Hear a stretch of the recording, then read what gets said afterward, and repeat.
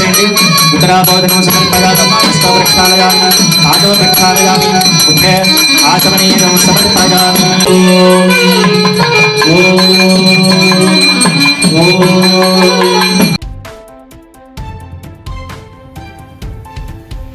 నెల్లూరు స్టౌనస్పేటలో వెలిసి ఉన్న శ్రీ కన్యకా పరమేశ్వరి అమ్మవారి ఆలయం నందు భీష్మ ఏకాదశి సందర్భంగా సామూహిక శ్రీ సత్యనారాయణ స్వామి వ్రతం భక్తి శ్రద్ధలతో ఘనంగా నిర్వహించారు. 360 మంది దంపతులు వ్రతంలో పాల్గొని స్వామివారి కృపకు పాత్రులయ్యారు. వ్రతంలో పాల్గొన్న ప్రతి భక్తునికి స్వామివారి ప్రతిమతో పాటు అన్నవరం శ్రీ సత్యనారాయణ స్వామి ప్రసాదం అందజేశారు. అంతేకాకుండా వ్రతం ఆచరించిన దంపతులకు ఆలయానికి విచ్చేసిన 1000 మందికి పైగా భక్తులకు అన్నప్రసాద వితరణ కార్యక్రమాన్ని నిర్వహించారు.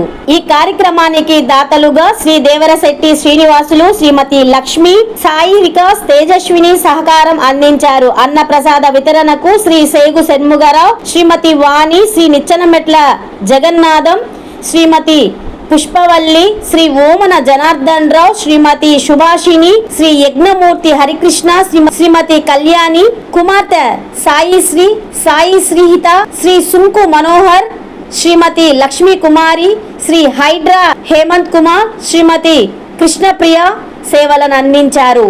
ఈ సందర్భంగా ఆలయ కమిటీ చైర్మన్ కోట గురుబ్రహ్మం, ప్రధాన కార్యదర్శి నిచ్చెనమెట్ల చిరంజీవి, కమిటీ సభ్యులు, దాతలందరికీ పేరు పేరున ధన్యవాదాలను తెలిపారు.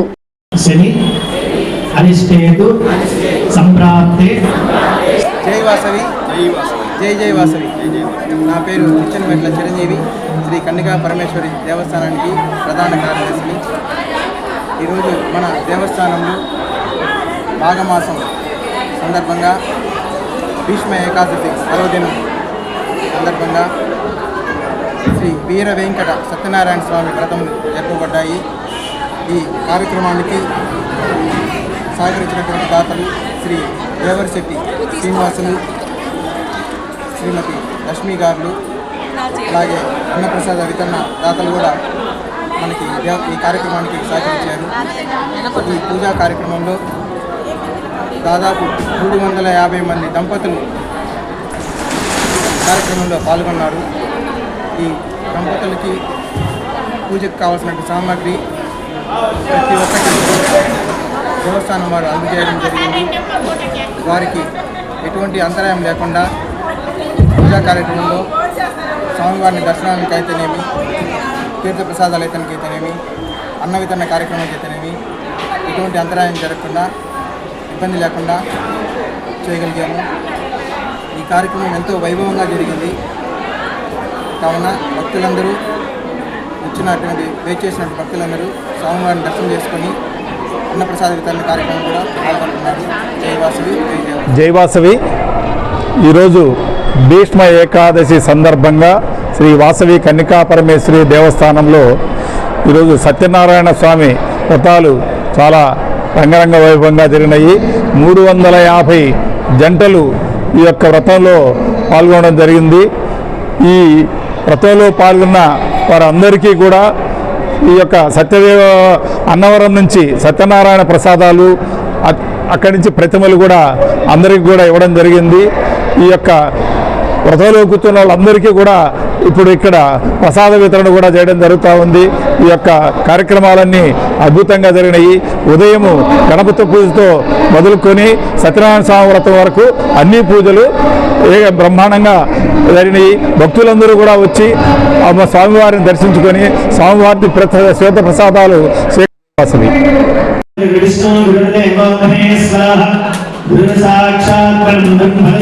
శ్రీ గురవే నమః. అస్మద్గురుచరణారవిందాభ్యాం నమః. శ్రీ గురుభ్యో నమః. హరి ఓం. పూర్వము నైమిషారణ్యంలో ఉన్న సూత మహాముని కలవడానికి సౌనికాది మహామునులందరూ కూడా ఇచ్చేశారు. అసలు ఈ నైమిషారణ్యం ఏ విధంగా ఏర్పడింది తెలుసా అంటే ఎవరికైనా? చాలా మందికి అయితే ఈ నైమిషారణ్యం ఎక్కడుందో కూడా తెలియదు, అంతే కదండి. ఈ నైమిషారణ్యం ఎక్కడ ఉంటుంది? లక్నో నుంచి యూపీ స్టేట్లో 120 కిలోమీటర్ల దూరంలో ఉంటుంది అన్నమాట. అసలు ఈ నైమిషారణ్యం ఏ విధంగా ఏర్పడింది అంటే ఋషులందరూ కూడా తపస్సు చేసుకోవడం కోసం మహావిష్ణువుని అడుగుతారు అన్నమాట. అయ్యా మాకు ఒక మంచి ప్రదేశం చూపించండి అయ్యా అనేసి ఋషులందరూ కూడా స్వామివారిని వేడుకుంటారు.